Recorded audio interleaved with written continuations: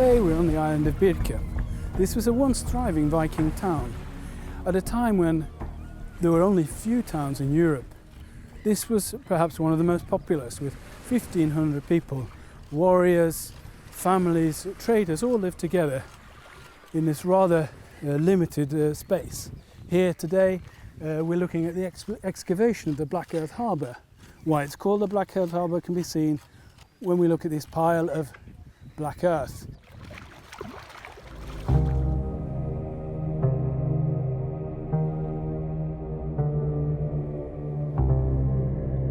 Birka is situated on an island in Lake Mälaren, and at that time it was open sea connected to the Baltic. And in order to understand the Birka construction with a town area called the Black Earth, with the huge cemeteries outside and also the fortification, it's important to understand the harbour because all the contacts was with water. It was not possible, the roads were not built out like it's today, so it was the ships and the contacts with other countries was important for this town. You will find very different people coming, the rich merchants, there were warriors defending the town, and there was also slaves. We have evidence for the slave trade in the town, and so it was a lot of different people living here, men and women, children, and so on.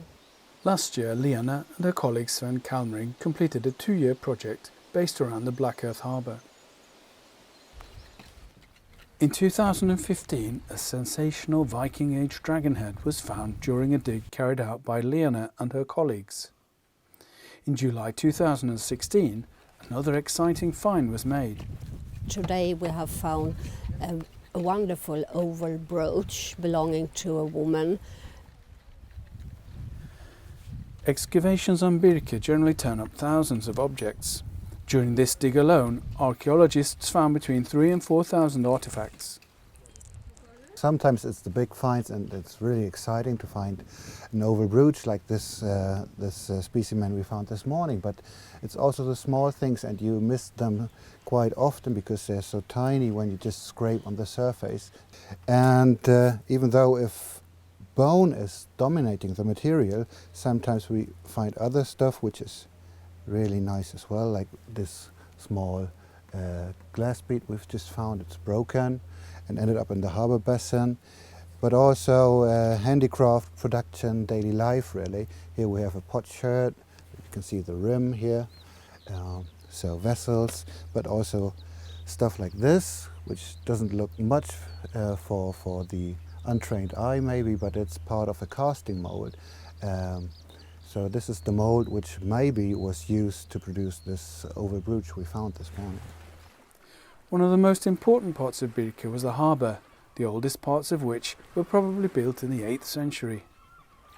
This on the top here is Birka's famous Black Earth, which is a cultural layer from people settling here for 250 years. It's charcoal, it's bone material, but when we come a little deeper, then we see that sediment, which is a little stony. This is actually the former beach. When the water was disappearing eventually, and that layers down here, which are this fire-cracked stones, this is layers which were deposited when there still was water around the jetty in that trench. And this trench we excavated already last year and discovered a jetty post in that corner, which we could then date to 830. And now this year we returned to finish this trench, and we have a cluster of 3 more post holes here, 1, 2, 3, which are in alignment with the outer one there. So in fact I'm standing right now underneath the jetty, while this is on the jetty side.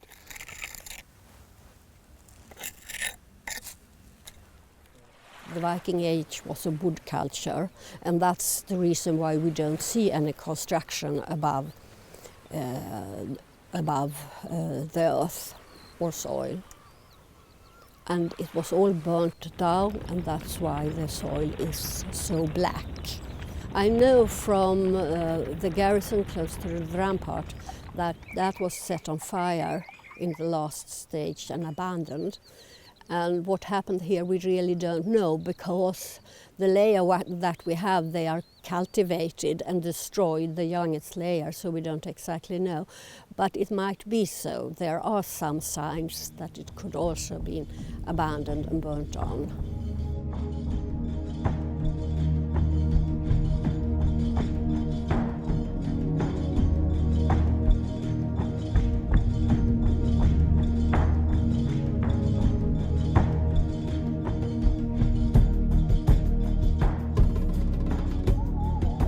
The island of Birka in Sweden's Lake Mälaren is part of the UNESCO World Heritage Site, Birka and Hovgården.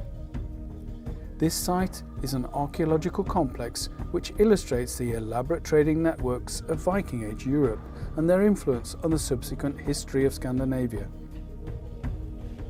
Birka also became the site of the first Christian congregation in Sweden, founded in 831 by Saint Ansgar,